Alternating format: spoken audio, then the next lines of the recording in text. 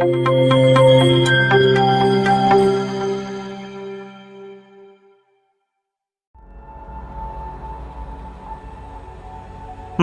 डोंगर कुशीत बेकरेवाडीसह सुमारे 12 आदिवासी वाड्या वसल्या आहेत. गेल्या काही दिवसात झालेल्या मुसळधार पावसाने येथील जुमापट्टी धनगरवाड्यापासून बेकरेवाडीच्या रस्त्यावर चिखल मातीचे साम्राज्य पसरले होते. मोठ्या प्रमाणात पावसाचे पाणी रस्त्यावर आल्याने येथील रस्ते चिखलाने बरबटून गेले होते.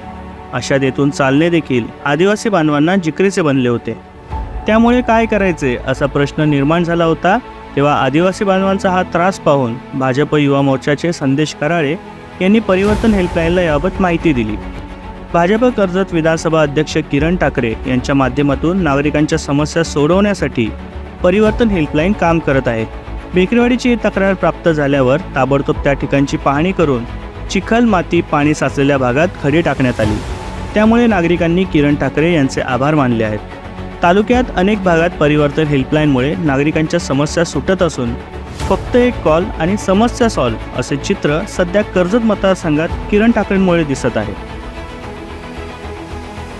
नक्कीच आमचे कर्जतचे विधानसभा प्रमुख किरण ठाकरे साहेब यांच्या नेतृत्वामध्ये यांच्या स्वखर्चातनं हे पहिल्यांदा ही हेल्पलाईन सुरू करण्यात आली आणि त्यांच्या स्वखर्चातनं आम्ही त्यांच्याकडे तक्रार केली हेल्पलाईनवरती.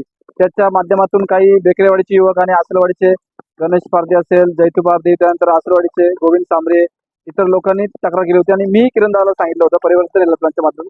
आणि त्यांनी लगेच त्या तक्रारीची दखल घेत या ठिकाणी त्यांच्या स्वखर्चातनं रस्ता अतिवृष्टीमुळे खूप खचलेला होता आणि त्यांनी त्यांच्या स्वखर्चातनं हा रस्त्याचं काम खड्डे वगैरे स्वतः बनवून हे करून रिपेअर करून दिलेलं आहे.